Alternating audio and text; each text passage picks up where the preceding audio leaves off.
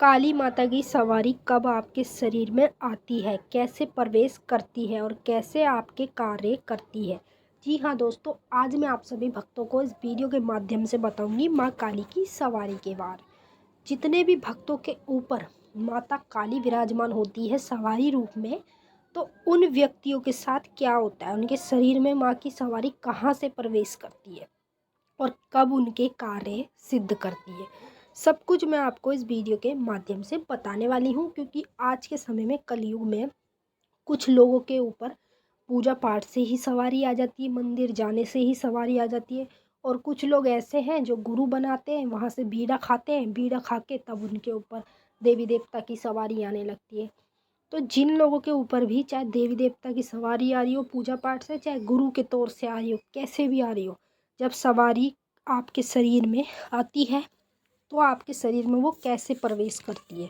अगर वो माँ काली की सवारी होगी तो वो इस तरह से प्रवेश करेगी जैसे मैं बताऊंगी आपको। उसके बाद ये बताऊंगी जितने भी सवारी वाले लोग हैं जिनके ऊपर माँ काली की सवारी आती है, उनके कार्य माता काली कैसे करती है, किस तरह से उनको अपने कार्य माँ काली से कराने चाहिए। तो चलिए दोस्तों, मैं आप सभी भक्तों को इस वीडियो के माध्यम से पूरी जानकारी के साथ ही बताऊंगी। लेकिन बताने से पहले आप सभी भक्तों से एक रिक्वेस्ट करना चाहती हूँ।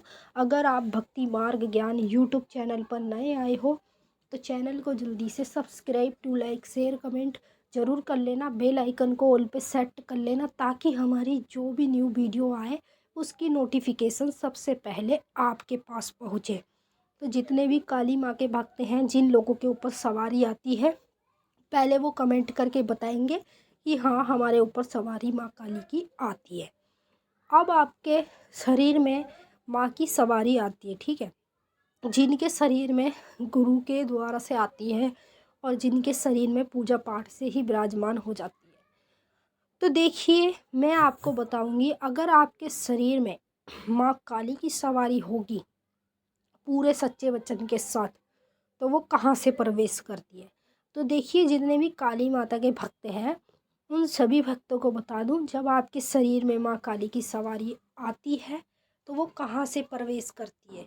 काली माँ की सवारी आपके पैरों से प्रवेश करती है। हमेशा इस बात को खास में ध्यान रखना कि काली माँ की सवारी या अन्य देवी देवता की सवारी हमेशा पैरों से ही, मतलब आपके शरीर में घुसती है। पैरों से लेके आपके शरीर में जाके फिर वो आपके सर पे बैठती है, जिस सर पे बैठ के वो पूरी तरह से खेलने लगती है। तो जितने भी काली माता के भक्त हैं, जिन लोगों के ऊपर माँ काली की सवारी आ रही होगी, तो उनके पैरों में गुलगुली होती होगी। जब वो सवारी को बुलाते हैं या खुद से आती है तो पैरों में गुलगुली होती होगी और पैर उसके हिलते होंगे। फिर हिलते हिलते हिलते फिर उसका पूरी तरह से पूरा बदन हिलने लगता है। फिर साथ के साथ बदन हिलना कम होता है, फिर उसका पूरा का पूरा सर हिलता रहता है और जीभ उसकी भार होती है। और हमेशा जिसके ऊपर माँ काली की सच्चे वचन की सवारी आती है उसकी आंखें आपको बंद दिखेगी। जब उस व्यक्ति के ऊपर माँ काली की सवारी आ रही होगी तो उसकी जो आंखें हैं वो उस व्यक्ति को बंद दिखाई देती है। कुछ लोग ऐसे हैं कि माता की सवारी को भी बुलाते हैं और आंखें उनकी खुली रहती है, सब कुछ तो उन्हें बैठे बैठे दिखता रहता है।